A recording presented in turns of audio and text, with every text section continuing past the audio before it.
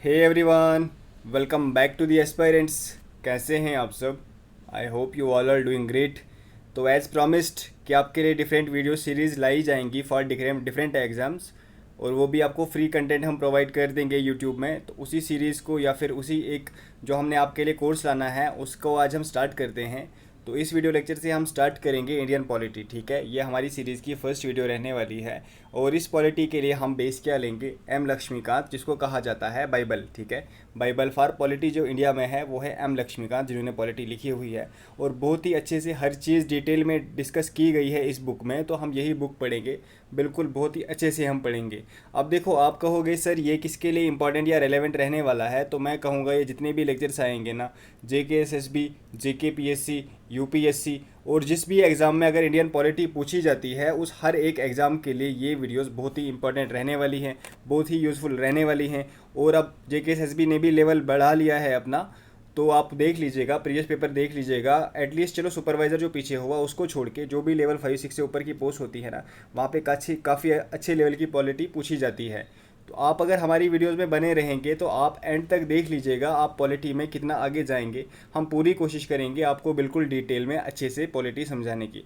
और मैं most important thing, जो भी नए हो एक बार चैनल को सब्सक्राइब कर दो, सो दैट आगे कोई भी वीडियोज़ आए आपको वो नोटिफिकेशन आ जाए। एक बार आप नोटिफिकेशन भी ऑन कर दीजिएगा, सो दैट आपको सबसे पहले नोटिफिकेशन आ जाए और आप किसी भी वीडियो को मिस ना करें। तो देखो, ये रेलेवेंट रहने वाली है जैसे हर एग्ज़ाम के लिए। तो जो आपको पता होगा, अगर हमारा बेस लक्ष्मीकांत है तो उसका फर्स्ट यूनिट ही है हिस्टोरिकल बैकग्राउंड। अब हिस्टोरिकल बैकग्राउंड आपको पता होगा हमारा कॉन्स्टिट्यूशन कब बना है। आप ज़रा डेट कमेंट सेक्शन में बता दो, ठीक है? हम आपको बताएंगे 1949 में अडॉप्ट हुआ था और 1926 में एनेक्ट हुआ था। ठीक है, तो आपको पता होगा हिस्टोरिकल बैकग्राउंड है कि जब कॉन्स्टिट्यूशन अडॉप्ट हुआ था उससे पहले भी कुछ एक्ट्स, रूल्स, रेगुलेशन आए थे। अब ये रूल्स और रेगुलेशन कब आए थे? तो देखो, जो ब्रिटिश गवर्नमेंट थी ना, वहाँ से पहले कंपनी रूल स्टार्ट हुआ था 19, आई थिंक पहले से ही स्टार्ट हुआ था, बट इसके अंडर जो एक्ट्स और रेगुलेशन स्टार्ट हुए थे वो हुए थे 1773 से 1858 तक। उसके बाद डायरेक्ट क्राउन रूल जब आया, उसके बाद भी कुछ एक्ट्स, कुछ रूल्स, कुछ रेगुलेशंस आए। उन रूल्स और रेगुलेशन में क्या दिया है, डिफरेंट एक्ट्स में क्या दिया गया है, वही हम डिस्कस करेंगे। अब सबसे पहले आज हम सिर्फ कंपनी रूल के अंदर कौन कौन से रूल्स, कौन कौन से रेगुलेशंस, कौन कौन से गाइडलाइंस आए हैं, आज हम वही पढ़ेंगे। अब बोलोगे 1773 में क्यों नीड पड़ी रूल्स और रेगुलेशंस की, उससे पहले क्यों नहीं? तो आपको मैं एक चीज़ बता दूं, अगर आपने पढ़ा होगा कि 1757 से पहले पहले जो कंपनी थी ईस्ट इंडिया कंपनी, उसका उतना यहाँ इंडिया में उतना वो डोमिनेंस नहीं था। बट बैटल ऑफ प्लासी के बाद, जो कब हुई थी 1957, ठीक है, उसके बाद फिर बैटल ऑफ बक्सर भी हुई। Battle of Buxar 1964, sorry not 1964, it will be 1757 and 1754, sorry my mistake. ठीक है, फंबल हो जाता है कभी कभी। तो 1764 में जो बैटल ऑफ बक्सर हुई, उसमें क्या हुआ, जो शाह आलम थे ना, किंग जो थे, उन्होंने सारे दीवानी राइट्स जो बंगाल के थे, बिहार के थे, उड़ीसा के थे, वो किसको दे दिए? वो कंपनी को दे दिए। और दीवानी राइट्स में जो भी सिविल राइट्स थे या फिर रेवेन्यू राइट्स थे, वो सारे किसको दे दिए गए? कंपनी को दे दिए गए। अब जो कंपनी के जो ऑफिसर्स थे ना, या फिर जितने भी बाकी जो काम करते थे कंपनी में, वो क्या करने लगे? वो इन राइट्स का गलत इस्तेमाल करने लगे अपने बेनिफिट के लिए। वो बहुत सारी करप्शन करने लगे, बहुत सारे गलत काम करने लगे। तो इसी प्रोसेस में क्या हुआ कि 1970 आते आते, सॉरी 1770 आते आते, ठीक है, कंपनी को बहुत ज़्यादा लॉस हो गया। अब कंपनी को लॉस हो गया तो इनको लोन लेना पड़ा ब्रिटिश गवर्नमेंट से। अब इन्होंने देखा कि ये जो वहाँ से आ रहे हैं, जो ऑफिशियल्स हैं या जो भी ये वहाँ पे काम करते हैं, जितने भी नौकर जाकर, छोटे से छोटा मुलाजिम भी यहाँ से जाके वहाँ पे बहुत सारा बड़े बड़े एस्टेट्स ले रहा है। ठीक है, जो बड़े बड़े ऑफिसर्स यहाँ पे थे, यहाँ से जाके वो वहाँ पे मिनिस्ट्रीज़ खरीद रहे हैं डायरेक्ट, जैसे कि रॉबर्ट क्लाइव वगैरह की एग्जांपल अगर आपको पता होगी। इन्होंने देखा कंपनी तो लॉस में जा रही है, बट ये लोग इतने रिच कैसे हैं? इन्होंने देखा कि कंपनी के लिए नहीं, खुद के बेनिफिट के लिए बहुत सारे काम कर रहे हैं। तो उसी सीरीज़ में इन्होंने फिर कुछ एक्ट्स लाए, सो दैट वो रेगुलेट करें, वो कंट्रोल करें इन कंपनीज़ को। ठीक है, ब्रिटिश गवर्नमेंट ने फिर कुछ एक्ट्स पास किए, तो वही चीज़ हम आज पढ़ेंगे। आई होप आपको एक बेसिस बन चुकी होगी, आपको समझ आ गया होगा ये कंपनी रूल के अंदर जो एक्ट स्टार्ट हुए, ये क्यों स्टार्ट हुए, कुछ थोड़ी बहुत आपको इसके बारे में आइडिया लग चुका होगा। अब देखो, कंपनी रूल के अंदर डिफरेंट एक्ट्स है 1773 से लेके 1858 तक। अब 1858 में आपको पता होगा फर्स्ट वॉर ऑफ इंडिपेंडेंस हुआ, उसके बाद क्या आया? उसके बाद क्राउन रूल डायरेक्ट आया। ठीक है, हम अब पढ़ेंगे जो फर्स्ट रूल था या फर्स्ट रेगुलेटिंग एक्ट था। फर्स्ट एक्ट जो आया था उसको हम बोलते हैं रेगुलेटिंग एक्ट ऑफ 1773। आपको क्या करना है, आपको तो एक चीज़ पता होनी चाहिए, आपको सीरीज़ के हिसाब से, सीक्वेंस के हिसाब से, क्रोनोलॉजी के हिसाब से ये जो जितने भी एक्ट्स हैं इनको रटना है। सेकेंडली, किस एक्ट में क्या पूछा गया है अभी आपको मैं जब आगे आगे पढ़ाऊंगा जो जो मेन चीज़ें एक एक्ट के अंदर डाली गई है ना, वो सारी चीज़ें हम पढ़ेंगे, क्योंकि अगर फिर इसके बाद आप प्रीवियस ईयर पेपर्स देखोगे ना एक्ट के रिलेटेड, तो आपके ऑलमोस्ट सारे क्वेश्चन अटैम्प्ट हो जाएंगे। देखो ये उतने समझने वाली चीज़ नहीं है, इसमें ज़्यादातर जो चीज़ें हैं वो रटने वाली ही हैं, बट ऐसा नहीं है कि ये इंपॉर्टेंट नहीं है, बहुत ज़्यादा इंपॉर्टेंट ये चीज़ें रहने वाली हैं। ऑलमोस्ट हर एग्जाम में एक क्वेश्चन इन एक्ट से आता ही आता है। वहाँ पे एक फीचर दे देंगे आपको और बोलेंगे बोलो ये वाला फीचर किस एक्ट में आया हुआ था, तो बिल्कुल भी मिस मत करना। जो भी इंपॉर्टेंट चीज़ें हैं वो हम इसी में कवर करेंगे। फर्स्ट एक्ट जो आया था देखो उसको बोलते हैं हम regulating act of 1773। This act was of great constitutional importance. अब ऐसा क्यों? It was the first step taken by British government to control and regulate the affairs of East Indian Company in India। ठीक है, जो first step था British government का, जो भी कंट्रोल हमने बोला ना, क्यों कंट्रोल, किस चीज़ का कंट्रोल, हमने आपको ऊपर ऑलरेडी समझा दिया। तो उसको ईस्ट इंडिया कंपनी को कंट्रोल करने के लिए ये फर्स्ट एक्ट था। इट ऑल्सो रिकॉग्नाइज कि पॉलिटिकल फंक्शंस क्या होंगे और एडमिनिस्ट्रेटिव फंक्शंस क्या होंगे कंपनी के, उनको उसने डिफरेंशिएट कर दिया किस एक्ट ने, रेगुलेटिंग एक्ट ऑफ 1773। ठीक है, it led the foundation of central administration in India. अब आपको पता होगा सेंट्रल एडमिनिस्ट्रेशन क्या होता है, जहाँ पे सेंटर के पास या फिर जो सेंट्रल मेन अथॉरिटी होती है उसी के पास सबसे ज़्यादा अथॉरिटी, सबसे ज़्यादा पावर होती है, वो ही फिर बाकी प्रोविंसेस या स्टेट्स के बिहाफ पे डिसीजन ज़्यादातर लेता है। तो सेंट्रल एडमिनिस्ट्रेशन की जो फाउंडेशन थी वो यहाँ पे स्टार्ट हुई। अब जो मेन सेंट्रलाइजेशन हुई वो किस एक्ट में हुई वो अभी हम आगे पढ़ेंगे। अब देखो ये चीज़ें आपको याद रखनी है। इसमें फर्स्ट फीचर क्या रहने वाला है, it designated the governor of Bengal. जो पहले गवर्नर ऑफ बंगाल था उसको क्या नाम दिया गया, उस पोस्ट को नाम दिया गया गवर्नर जनरल ऑफ बंगाल। किस एक्ट में, रेगुलेटिंग एक्ट ऑफ 1773 में। पूछा जा सकता है आपको गवर्नर ऑफ बंगाल को गवर्नर जनरल ऑफ बंगाल किस पोस्ट में डेजिग्नेट किया गया, regulating act of 1773। And created an executive council of 4 members. याद रखना एग्जीक्यूटिव काउंसिल, ठीक है। एग्जीक्यूटिव हमने आपको पढ़ाया हुआ है, इवन दो हम आपको फिर से पढ़ाएंगे अच्छे से। लेजिस्लेचर होता है या फिर लेजिस्लेटिव काउंसिल होती है जो लॉज बनाती है, एग्जीक्यूटिव काउंसिल होती है, अभी बस इतना ही याद रखें आप, जो लॉज को इंप्लीमेंट करती है। ठीक है, तो 4 मेंबर्स को जो लेजिस्लेटिव काउंसिल थी वो भी असिस्ट करने लगी किसको, गवर्नर जनरल में। किस एक्ट में बोला गया, रेगुलेटिंग एक्ट ऑफ 1773। अब ये first governor general of Bengal कौन था, तो ये था लॉर्ड वारेन हेस्टिंग्स। ठीक है, it made the governor of, जो बॉम्बे और मद्रास की जो प्रेसिडेंसीज थी ना, क्योंकि बॉम्बे थी, मद्रास थी और कौन थी, अपनी कलकत्ता थी। ठीक है, जो कलकत्ता थी उसको सुपीरियर बनाया गया और जो बॉम्बे और मद्रास की प्रेसिडेंसीज थी उनको सबऑर्डिनेट बनाया गया। ठीक है, it made the governors of Bombay and Madras presidency subordinate to governor general of Bengal. Unlike earlier, पहले ये एक दूसरे की इंडिपेंडेंट थी। अब जो ये गवर्नर होंगे बॉम्बे और मद्रास के, ये किसको रिपोर्ट करेंगे, तो ये करेंगे रिपोर्ट किसी भी मैटर को लेकर किसको, गवर्नर जनरल ऑफ बंगाल को। ठीक है, उस टाइम कौन था सबसे पहला, गवर्नर लॉर्ड वारेन हेस्टिंग्स। ठीक है, it provided for the establishment of supreme court at Calcutta. कब, सुप्रीम कोर्ट ऑफ कलकत्ता, ये वाला सुप्रीम कोर्ट नहीं, न्यू दिल्ली वाला सुप्रीम कोर्ट नहीं, कहाँ पे सुप्रीम कोर्ट, कलकत्ता में। ठीक है, वहाँ पे कौन कौन होगा, एक चीफ जस्टिस होगा। अगर आप में से पता है फर्स्ट चीफ जस्टिस कौन था सुप्रीम कोर्ट ऑफ कलकत्ता का, तो कमेंट सेक्शन में बता दो, हम देखेंगे कि आप में से किस किस को पता है। और 3 अदर जजेस भी थे। ठीक है, एक तो जो सुप्रीम कोर्ट का कौन होगा, चीफ जस्टिस होगा, और 3 जजेस होंगे। क्या आप में से किसी को पता है आज सुप्रीम कोर्ट में कितने जजेस हैं और टोटल कितने जजेस हैं, ठीक है, including chief justice of India. आज सुप्रीम कोर्ट ऑफ इंडिया में कितने जजेस हैं, अगर पता है तो बता दें आप सभी। The supreme court was to have the jurisdiction, ये वाली चीज़ आप याद रखना। उस टाइम पे जो सुप्रीम कोर्ट की जुरिस्डिक्शन थी ना, वो सिर्फ ब्रिटिशर्स को थी, मतलब वो सिर्फ ब्रिटिशर्स को ट्राई कर सकता था सुप्रीम कोर्ट, ना कि इंडियंस को। ये चीज़ आप याद रखना। वो सुप्रीम कोर्ट उस टाइम पे जब सुप्रीम कोर्ट बना हुआ था रेगुलेटिंग एक्ट में, सुप्रीम कोर्ट सिर्फ ब्रिटिशर्स को ट्राई कर सकता था। ठीक है, अगर कोई उन्होंने गिल्ट किया है, कोई क्राइम किया है, तो सिर्फ ब्रिटिशर्स को ही ट्राई कर सकता था, इंडियंस को नहीं। ये चीज़ आप याद रख लेना। ठीक है, it prohibited the servants of the company from engaging in any private trade और प्रेजेंट। ये देखा, ठीक है, ये वाला बिल्कुल ईजी है, आप समझ लोगे बाय वर्ड से, इसमें कुछ समझाने वाला है नहीं। It strengthen the control of British government over the company by requiring the, जो ये था ना, जो कंपनी होती थी ना ईस्ट इंडिया कंपनी, उसकी ये गवर्निंग बॉडी थी। ठीक है, कौन सी थी वो, कोर्ट ऑफ डायरेक्टर्स। तो ये जो ब्रिटिश गवर्नमेंट थी, इसने बोला कोई भी आप रेवेन्यू, कोई भी डिसीजन लो, कोई भी सिविल डिसीजन लो, या फिर कोई भी मिलिट्री डिसीजन लो, ये जो तुम कोर्ट ऑफ डायरेक्टर्स हो, तुम जो डिसीजन देते हो वो तुम किसको बताओगे, वो आप सभी ब्रिटिश गवर्नमेंट को बताओगे। ठीक है, तो यही जो ब्रिटिश गवर्नमेंट का डायरेक्ट कंट्रोल किसके ऊपर डाल दिया गया है, कोर्ट ऑफ डायरेक्टर्स पे। कोर्ट ऑफ डायरेक्टर्स कौन थे, वो थी governing body of the company. वो किस किस चीज़ पे डिसीजंस लेते थे, मेजर डिसीजन जो रेवेन्यू होते थे, सिविल होते थे, मिलिट्री होते थे, कौन लेते थे, वो यही कोर्ट ऑफ डायरेक्टर्स लेते थे। ठीक है, तो ब्रिटिश गवर्नमेंट ने बोला जब भी आप कोई भी ये डिसीजंस ले तो हमें इसके बारे में इन्फॉर्म करोगे आप। ठीक है, तो ये था फर्स्ट हमारा रेगुलेटिंग एक्ट, इसके बारे में मेन चीज़ें आई होप आपको समझ आ गई होगी। उसके बाद जो नेक्स्ट आया, इसमें कुछ डिफेक्ट्स थे रेगुलेटिंग एक्ट में, तो उसको रेक्टिफाई करने के लिए कौन सा एक्ट आया, amending act of 1781, also known as act of settlement. Important पूछा जाएगा आपको, एक्ट ऑफ सेटलमेंट किसे कहते हैं हम, तो याद रखना एक्ट ऑफ सेटलमेंट हम बोलते हैं अमेंडिंग एक्ट ऑफ 1781। अब इसके भी कुछ इंपॉर्टेंट फीचर्स हैं, क्या हैं इसके फीचर्स, देखो ये चीज़ें आपको याद करनी पड़ेंगी क्योंकि ये रटने वाली चीज़ें हैं, तो ये आपको याद करनी पड़ेंगी कि सेक्ट में क्या आया था, ठीक है। थोड़ा सा डिटेल है बट सारे पॉइंट्स इतने इंपॉर्टेंट हैं कि इनमें से कोई भी लाइन या फिर कोई भी पॉइंट आपको पूछा जा सकता है एग्जाम में, तो आपको सारी चीज़ें रटनी पड़ेंगी, ठीक है। हम आपको कोशिश करेंगे कि समझाने की, बट थोड़ा बहुत आपको याद करना पड़ेगा। देखो अब इस एक्ट में क्या बोला गया, जो गवर्नर जनरल है ना उसको और उसकी काउंसिल को, जो सुप्रीम कोर्ट की जुरिस्डिक्शन है, उससे बाहर रखा गया। मतलब मान लो कोई भी काम गवर्नर जनरल करेगा या फिर उसकी काउंसिल करेगी, तो अगर ऑफिशियल कैपेसिटी में किया है, मतलब ऑन ड्यूटी अगर वो काम किया है, अगर कुछ गलत है उसको सुप्रीम कोर्ट ट्राई नहीं कर सकता। किस एक्ट में बोला गया, अमेंडिंग एक्ट में, ठीक है। और क्या बोला गया, it also exempted the servants, जो भी कंपनी के सर्वेंट्स हैं, अगर उन्होंने अपनी ऑफिशियल जुरिस्डिक्शन में ऑफिशियल कैपेसिटी में कोई भी काम किया है तो वो भी क्या कर दिया गया, एग्जेम्प्ट कर दिया गया जुरिस्डिक्शन फ्रॉम सुप्रीम कोर्ट, ठीक है। ये वाली चीज़ें आपको याद रखनी है।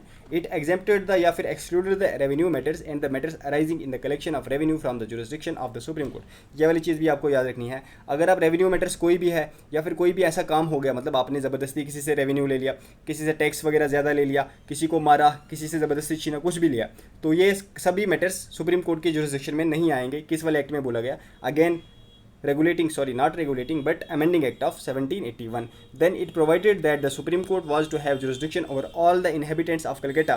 हमने अभी पढ़ा जो पहले एक्ट आया था रेगुलेटिंग एक्ट, उसमें क्या बोला गया था, सुप्रीम कोर्ट की जुरिस्डिक्शन सिर्फ ब्रिटिशर्स के ऊपर होगी। बट इस एक्ट में क्या बोला गया, जितने भी कलकत्ता के इनहेबिटेंट्स हैं ना, उन सब के ऊपर किसकी जुरिस्डिक्शन होगी, उन सब के ऊपर होगी जुरिस्डिक्शन ऑफ सुप्रीम कोर्ट।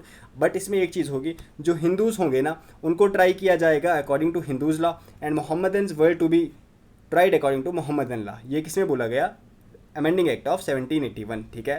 पहले में क्या था, वहाँ पे जो जुरिस्डिक्शन थी वो सिर्फ ब्रिटिशर्स के ऊपर थी। इसमें इनहेबिटेंट्स जितने थे कलकत्ता के, चाहे वो ब्रिटिशर्स थे, चाहे वो हिंदूज थे, मुस्लिम्स थे, सारे इनहेबिटेंट्स के ऊपर थे। बट जो हिंदूज थे they were to be tried according to Hindu law and Muslims were to be tried according to Mohammedan law, ठीक है। आई होप आपको समझ आ गई होगी। It laid down that the appeals, ये वाली चीज़ आप याद रखना। वैसे जनरली जो अपील होती है वो कहाँ से जाती है, अगर आपको पता होगा, सबऑर्डिनेट कोर्ट से जाती है डिस्ट्रिक्ट कोर्ट में, डिस्ट्रिक्ट कोर्ट से जाती है अपील हाई कोर्ट में, हाई कोर्ट से जाती है सुप्रीम कोर्ट में। बट इसमें क्या बोला गया, इसमें बोला गया जो भी प्रोविंशियल कोर्ट्स हैं ना, मतलब कि आज के ज़माने में जो स्टेट के कोर्ट्स हैं, ठीक है, प्रोविंशियल कोर्ट्स मतलब जो स्टेट के कोर्ट्स हैं, मतलब हाई कोर्ट्स, हाई कोर्ट से जो अपील होगी वो सुप्रीम कोर्ट ऑफ कलकत्ता में नहीं जाएगी। अभी वाला दहले वाला सुप्रीम कोर्ट से कन्फ्यूज मत करना, ये सुप्रीम कोर्ट ऑफ कलकत्ता है, ठीक है। वो सुप्रीम कोर्ट ऑफ कलकत्ता में नहीं जाएगी, बट वो कहाँ जाएगी, तो वो जाएगी गवर्नर जनरल इन काउंसिल के पास। अब गवर्नर जनरल इन काउंसिल कौन, तो वही एक तो गवर्नर जनरल जो होगा प्लस उसकी काउंसिल जो एग्जीक्यूटिव काउंसिल है उसके 4 मेंबर्स, ठीक है, उसको हम बोलेंगे governor general in council. I hope आपको ये वाली चीज़ भी, ये वाला पॉइंट भी समझ आ गया होगा। चलो excellent. It empowered that the governor general in council, और जो भी रूल्स एंड रेगुलेशंस बनाने होंगे ना कोर्ट्स के लिए या फिर जो प्रोविंशियल काउंसिल्स वगैरह होंगी उनके लिए कौन रूल्स और रेगुलेशंस बनाएगा, वो बनाएगा governor general in council. Governor general in council कौन, एक तो गवर्नर जनरल, सेकंड वो 4 मेंबर्स जो इसके एग्जीक्यूटिव काउंसिल में होंगे। आई होप ये वाला एक्ट भी आपको क्लियर हो गया होगा। एक्सीलेंट। चलिए नेक्स्ट देखते हैं हम पिट्स इंडिया एक्ट ऑफ 1784।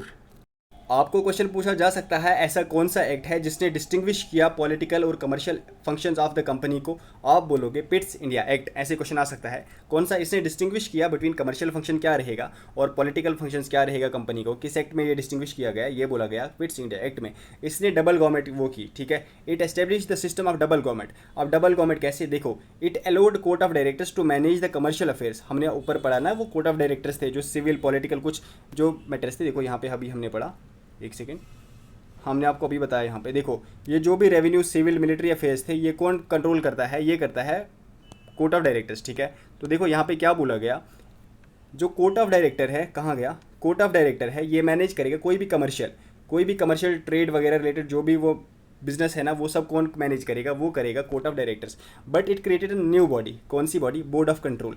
वो क्या मैनेज करेगा, वो करेगा मैनेज पॉलिटिकल अफेयर्स। आप समझ गए, जो कोर्ट ऑफ डायरेक्टर्स है COD, ठीक है, वो क्या मैनेज करेगा, वो करेगा कमर्शियल अफेयर्स। और जो बोर्ड ऑफ कंट्रोल है BOC, ठीक है, वो क्या मैनेज करेगा, वो करेगा पॉलिटिकल अफेयर्स, ठीक है। तो ये चीज़ें आप याद रखना। It established a system of double government.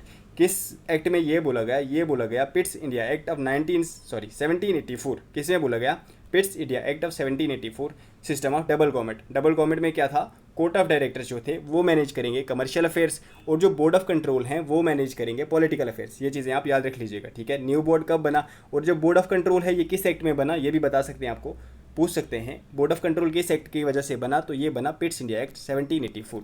चलिए, it empowered that the board of control to supervise and direct all operations of civil and military, ठीक है। यहाँ पे लिखा गया है जो भी सिविल ऑपरेशंस हैं, जो भी मिलिट्री ऑपरेशंस हैं, ठीक है, जो भी रेवेन्यूज़ वगैरह जो भी ये चीज़ें हैं, इसको कौन कंट्रोल करेगा? तो ये बोर्ड ऑफ कंट्रोल ये चीज़ें कंट्रोल करेगा। अब देखो, this act was significant for two reasons. एक तो जो ब्रिटिश या ईस्ट इंडिया कंपनीज की जो पोजेशंस थी ना इंडिया में, उसको बोला गया ब्रिटिश पोजेशंस। पोजेशंस नहीं होगा यहाँ पे होगा पोजेशंस, ठीक है, ब्रिटिश पोजेशंस इन इंडिया, ठीक है। और British government was given the supreme control over companies affairs and it's administration in India. किस कैसे?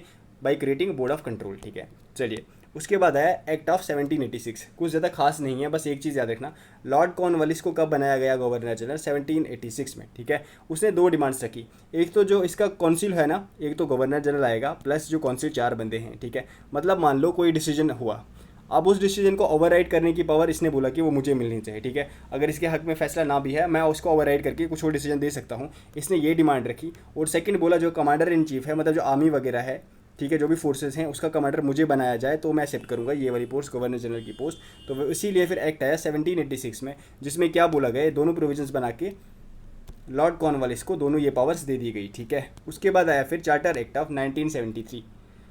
देखो, अब ये चार्टर एक्ट फर्स्ट है, ठीक है। चार्टर एक्ट सीरीज़ है ना, 4 5 6 चार्टर एक्ट्स हैं, 3 4 5, तो उसमें पहला एक्ट जो आया चार्टर एक्ट का कब आया? 1793। अब देखो, जो ओवरराइडिंग पावर जो दी गई थी ना कॉर्नवालिस को, मतलब कि अगर कुछ जो गवर्नर जनरल इन काउंसिल ने कुछ डिसीजन लिया हुआ है, उसकी ओवरराइडिंग पावर दी गई थी गवर्नर जनरल को। तो जो लॉर्ड कॉर्नवालिस ने स्टार्ट की थी, इस एक्ट से क्या किया गया, इस एक्ट से ये पावर सभी गवर्नर जनरल जो भी फ्यूचर में आएंगे उन सबको ये वाली पावर दी गई, ठीक है। आई होप आपको समझ आता होगा व्हाट इज़ ओवरराइडिंग पावर। चलो एक बार मैं आपको समझा ही देता हूँ। देखो, टोटल कितने मेंबर्स हैं? एक गवर्नर जनरल और 4 हैं गवर्नर जनरल इन काउंसिल। कितने बंदे हैं टोटल? 5।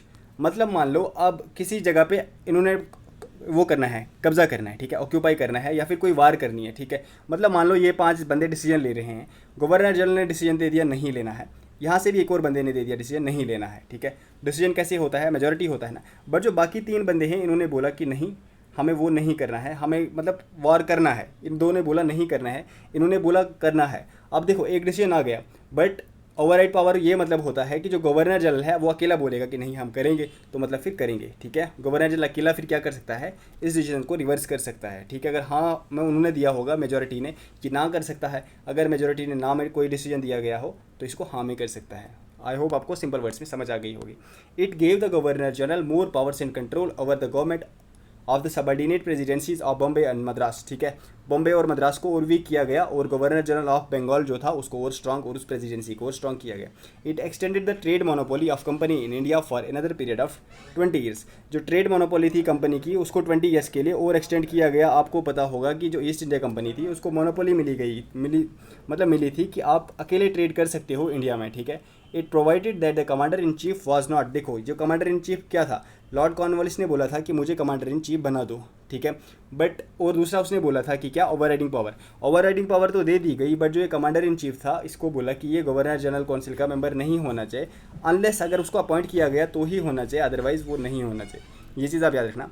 और नेक्स्ट एक इंपॉर्टेंट चीज़ है, it laid down that the members of the board of control, जो कब बनाया गया था, आई होप आपको याद रहा होगा कब बनाया गया था board of control, पिट्स India act 1784, ठीक है। उसकी जो सैलरी होगी उसके मेंबर्स की वो कहाँ से आएगी, तो वो आएगी इंडिया रेवेन्यूज, ठीक है। एक तरीके से तो लूट ही रहे थे यहाँ से, फिर इस तरीके से भी इंडिया को लूटेंगे अच्छे से, ठीक है। तो ये चीज़ भी आप याद रखना। ये किसके बारे में था, तो ये कुछ इंपॉर्टेंट पॉइंट्स थे किसके बारे में, चार्टर एक्ट ऑफ 1793, ठीक है। छोटे छोटे 2 और एक्ट्स हैं, वैसे छोटे नहीं हैं, 2-3 और एक्ट्स हैं, तो पढ़ ही लेते हैं, ठीक है। थोड़ी सी लेंथी है वीडियो, बट ये चीज़ें बहुत इंपॉर्टेंट है। Next he charter act of 1813, ठीक है। इसके मेन इंपॉर्टेंट फीचर्स क्या हैं? It abolish the trade monopoly, ये वाली चीज़ याद रखना। जो ट्रेड मोनोपोली है ना कंपनी की, उसको एबॉलिश किया गया किस एक्ट में? Charter act of 1813। And trade was thrown open to all British merchants. अब सभी ब्रिटिश मर्चेंट्स क्या कर सकते थे? इंडिया के साथ ट्रेड कर सकते थे। हाउएवर, जो ट्रेड मोनोपोली थी किस किस चीज़ में, एक तो टी में, एक तो ओपियम में, एक तो ट्रेड विद चाइना, उसको ट्रेड मोनोपोली अभी भी रखा गया ईस्ट इंडिया कंपनी का। ये वाली चीज़ आप याद रखना। It asserted the sovereignty of British throne over the company's territories in India. It allowed the Christian missionaries, देखो बहुत ही इंपॉर्टेंट पॉइंट है, पूछा जा सकता है कि किस चार्टर एक्ट में अलाउ किया गया क्रिश्चियन मिशनरीज को to come to India for the purpose of enlightening of people. हमें कहा जाता था ना ये बहुत ही बारबेरियंस हैं, ठीक है, बारबेरियंस हैं, ये वाइट मैन्स बर्डन है, इनको कुछ नहीं आता, हम इनको सिखाएंगे। तो किस एक्ट में ये चीज़ बोला गया कि क्रिश्चियन मिशनरीज तुम इंडिया में जाओ और वहाँ के लोगों को जागरूक करो, एनलाइटन करो, चार्टर एक्ट ऑफ 1813, ठीक है। It provided for the spread of western education among the inhabitants of British territories in India. किस एक्ट में? चार्टर एक्ट ऑफ 1813 में। कुछ समझने वाला है? नहीं है। क्या चीज़ है? रटने वाला है, पूछा जा सकता है, इंपॉर्टेंट है, रट लो। It authorise the local government in India to impose taxes on person. किस एक्ट में बोला गया कि लोकल गवर्नमेंट को कि तुम इम्पोज कर सकते हो टैक्सेस? चार्टर एक्ट ऑफ 1813 में। और हाँ, अगर कोई टैक्स नहीं दे रहा है तो उस केस में तुम उसको पनिश भी कर सकते हो। ये भी किस में बोला गया? Charter act of 1813। और last important point, supreme court to try Europeans and Britishers. और कोई भी यूरोपियन हो उसको भी ट्राई कर सकते हैं, नॉट जस्ट ब्रिटिशर्स। किस एक्ट में बोला गया? चार्टर एक्ट ऑफ 1813, ठीक है। उसके बाद आता है चार्टर एक्ट ऑफ 1833। और क्या बोलते हैं इसको? इसको बोलते हैं हम Saint Helena act. This act was the final step towards centralisation in British India. अब ऐसा क्यों कहा जाता है फाइनल स्टेप्स टुवर्ड्स सेंट्रलाइजेशन? अभी नीचे जब आप पॉइंट्स पढ़ोगे ना आपको समझ आ जाएगा। हमने आपको स्टार्टिंग में ही बताया सेंट्रलाइजेशन का मतलब क्या होता है, जो सेंटर है उसके पास ज़्यादा पावर होगी। अब इस केस में क्या होता है, जो गवर्नर जनरल ऑफ बंगाल है उसको ज़्यादा पावर होती, बट यहाँ पे जो गवर्नर जनरल ऑफ बंगाल है वो just governor general of Bengal नहीं रहा गया। इस एक्ट ने क्या किया? This act made governor general of Bengal as the governor general of India and vested in him all civil and military powers. किस एक्ट के अंदर गवर्नर जनरल ऑफ बंगाल को गवर्नर जनरल ऑफ इंडिया बनाया गया? It is Saint Helena act या फिर charter act of 1833। चलो comment section में आप सभी बताओ, who was the first governor general of India. I hope आपकी थोड़ी हिस्ट्री भी यहाँ से रिवाइज हो जाएगी। Who was the first governor general of India? चलो ये वाली चीज़ आप कमेंट सेक्शन में बता दो। That's the act created for the first time government of India having authority over the entire territorial possessions, ठीक है, possessed by British in India, ठीक है। मतलब कि जो भी ब्रिटिशर्स ने या फिर ईस्ट इंडिया कंपनी जो टेरिटरीज एक्वायर की थी ना, अब क्या हुआ इस एक्ट के बाद वो सारी टेरिटरीज पे कंट्रोल किसका आया? गवर्नमेंट का आ गया, ठीक है। It deprived the governor of Bengal in Madras. देखो अब हमने पढ़ा कि सेंट्रलाइजेशन का बहुत इंपॉर्टेंट वो लॉ था। तो इस एक्ट में क्या किया गया? ऑलरेडी इनकी पावर कम की गई थी, मेरी पावर को तू मत भूल सूर्या, ठीक है, दम है तो रोक ले मास। तो यहाँ पे क्या किया? गवर्नर जनरल ऑफ बंगाल ने बोला, अब तो वो गवर्नर जनरल ऑफ इंडिया बन गया, तो उसने बोला अब तो मेरी पावर को मत भूलो, अब तुम्हारी औकात मेरे सामने कुछ नहीं है। तो इनकी पावर को और कम कर दिया गया, ठीक है। The governor general of India was given exclusive legislative power. ये वाली चीज़ याद रखना आप। पहले जो ये governor general of Bombay and Madras थे ना, ये लेजिस्लेटिव मतलब लॉज वगैरह भी बना सकते थे। इवन दो ये थोड़े सबॉर्डिनेट थे गवर्नर जनरल बंगाल के, बट ये लॉज वगैरह बना सकते थे। बट अब चार्टर एक्ट ऑफ 1833 के बाद जो सारे के सारे लॉज हैं, लेजिस्लेटिव पावर क्या होती है? लॉज मेकिंग पावर, ठीक है, लॉ मेकिंग पावर, वो सारी की सारी किसके अंदर वेस्ट की गई? तो वो सारी की सारी दे दी गई गवर्नर जनरल ऑफ इंडिया के। एक चीज़ याद रखना, जो इससे पहले लॉज थे ना, या जितने पहले एक्ट आए उनके अंदर जो भी लॉज बनते थे उनको बोलते थे रेगुलेशंस, बट इस एक्ट में जो लॉज बने गए उनको हम बोलते थे एक्ट्स। ये वाली चीज़ याद रखना। It ended the activities of East India company as commercial body. ये वाली चीज़ याद रखना। इट एंडेड द, कौन से लॉ में ये बताया गया कि East India company as a commercial body अब काम नहीं करेगी, बट ये एज एन एडमिनिस्ट्रेटिव बॉडी अब काम करेगी। Charter act of 1833। अब बोला गया कि तुम रिप्रेजेंट कर रहे हो हिज मैजेस्टी, ठीक है, उस टाइम जो किंग था उसको तुम रिप्रेजेंट कर रहे हो, उसके बिहाफ पे आप क्या कर रहे हो? गवर्न कर रहे हो। कहाँ? इंडिया में जो भी टेरिटरीज ने पोजेस की हुई थी, ठीक है। ये वाली चीज़ आप याद रखना। चार्टर एक्ट ऑफ 1833, देखो जो चार्टर एक्ट ऑफ 1833 था ना, एक सेकंड वेट कीजिएगा, कहाँ गया? यस, यहाँ पे क्या किया इन्होंने? इंट्रोड्यूस किया कि हम जो यहाँ इंडियंस हैं ना उनको भी इंट्रोड्यूस कर दें, उनको भी कंपटीशन सिविल सर्विसेज की उसमें जॉब्स में ले लें। बट क्या हुआ? बहुत सारे वो हो गए, अपोजिशन हो गई, तो उसके बेसिस पे फिर ये वाली चीज़ उन्होंने रद्द कर दी। और ये वाली चीज़ याद रखना, चार्टर एक्ट ऑफ 1833 एबॉलिशेस स्लेवरी। किस एक्ट के अंदर एबॉलिश की गई slavery? Charter act of 1833। And last act company rule के अंदर ये लास्ट एक्ट था। This was the last of the series of chartered acts passed by British parliament between 1793 and 1853।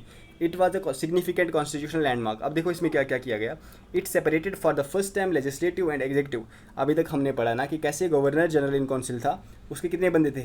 4 members, ठीक है। वही बनाते थे दोनों, क्या क्या? एक तो लेजिस्लेटिव पावर भी उन्हीं के पास थी, एग्जीक्यूटिव पावर्स भी उन्हीं के पास थी। मतलब कि लॉज भी वो खुद ही बनाते थे और उनको एग्जीक्यूट भी खुद ही करते थे, इंप्लीमेंट भी खुद ही करते थे। बट जो चार्टर एक्ट ऑफ 1853 था उसमें क्या किया गया कि जो लेजिस्लेटिव पावर है वो डिफरेंट बॉडी के पास होगी, एग्जीक्यूटिव पावर डिफरेंट बॉडी के पास होगी, ठीक है। It provided for addition of 6 new members called legislative councillors to the council.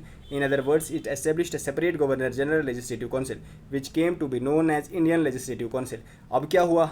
जो गवर्नर जनरल इन काउंसिल थे, वेट कीजिए, ये टॉप पे गवर्नर जनरल, ठीक है, इसके 4 बंदे थे। ये पहले थे एग्जीक्यूटिव, ठीक है, ये पहले दोनों काम करते थे, लेजिस्लेचर वाला भी और एग्जीक्यूटिव वाला भी। बट अब ये हैं, ये सिर्फ करेंगे एग्जीक्यूटिव वाला काम। यहाँ पे 6 नए बंदे ऐड किए गए। इनको बोला गया, जो लेजिस्लेचर लॉ मेकिंग जो वो बॉडी है वो काम आप करोगे, ठीक है। अब इस जो 6 बंदे थे ना, उसमें कम से कम जो 3 थे, आई थिंक 3 या 4 थे, आई थिंक 4 थे, एक सेकेंड नीचे है कहीं पे, यस। ये जो लेजिस्लेटिव बॉडी है इसमें कितने बंदे इंडिया से होंगे या फिर ये रिप्रेजेंट करेंगे लोकल गवर्नमेंट को, तो ये होंगे 4। कहाँ कहाँ से, एक तो मद्रास से आएंगे, then Bombay, then Bengal and then Agra, ठीक है। यहाँ 4 प्रेसिडेंसी से 4 मेंबर रिप्रेजेंट कर रहेंगे गवर्नर जनरल इन काउंसिल, कौन सी बॉडी, लेजिस्लेटिव काउंसिल, ठीक है। और क्या क्या इंपॉर्टेंट था इस एक्ट में, it introduce in open competition. अब इसके बाद open competition for civil servants के लिए जो पोस्ट निकलती थी ना उस टाइम भी, ठीक है, आज भी चल रहा है ये, क्योंकि उन्हीं की देन है। इसको हम मैकॉले कमेटी की बेस पे ही आया था, बेसिस पे आया था। तो कोऑर्डिनेटेड जो सिविल सर्विसेज थी, जो कि मतलब हायर सिविल सर्विसेज थी, वो अब ओपन ये सब के लिए थ्रो कर दी गई। इंडियंस भी अब उसमें फॉर्म फिल कर सकते थे, ठीक है। तो ये किस एक्ट में आया, charter act of 1853। It extended the company's rule and allowed it to retain the position of Indian territories on trust of British government, ठीक है, यहाँ पे ब्रिटिश गवर्नमेंट होगी। But it did not specify, अब कोई specify period नहीं किया गया, ठीक है, इसको कभी भी टर्मिनेट किया जा सकता था। एंड नेक्स्ट है, it introduce for the first time local representation, ठीक है, ये चीज़ हमने पढ़ी। तो ये था हमारा आज का सेशन, आई होप आपको पसंद आया होगा। देखो इसमें समझने वाला थोड़ा कम ही चीज़ें थी, इसमें ज़्यादा रटने वाली ही चीज़ें थी। तो ये चीज़ें आपको रटनी है, और उसमें जितने भी पॉइंट्स हैं ना वो सारे मेन पॉइंट्स हैं। हर जितने भी एक्ट हैं, ये चार्टर एक्ट है चाहे, या फिर regulating act, Pitt's India act, हर एक्ट के नीचे जो भी हमने पॉइंट्स दिए हुए हैं वो सारे पॉइंट्स आपको पूछे जा सकते हैं एग्जाम में। तो आप हर एक पॉइंट अच्छे से समझ लो, रट लो, ठीक है। जो रटने वाला है वो रट लो, जो समझने वाला था वहाँ हमने आपको समझाया। तो आई होप आपको समझ अच्छे से आई होगी। और देखो ये वाली चीज़ें हमने आपको बिल्कुल भी बोला नहीं है, ये वाली चीज़ें आप खुद ही कर दो, आप सब समझदार हो, ठीक है। लाइक कर दो, शेयर कर दो, सब्सक्राइब कर दो, और बाकी फ्रेंड्स तक भी ये चीज़ें शेयर कर दो, ठीक है। जहाँ जहाँ शेयर कर सकते हो सबको कर दो। अगर आपको पसंद आई है ये वाली वीडियो तो आप ज़रूर कमेंट सेक्शन में बता दीजिए हमें, ठीक है। चलो टेक केयर एवरीवन, मिलते हैं नेक्स्ट सेशन में, तब तक के लिए टेक केयर, बाय बाय।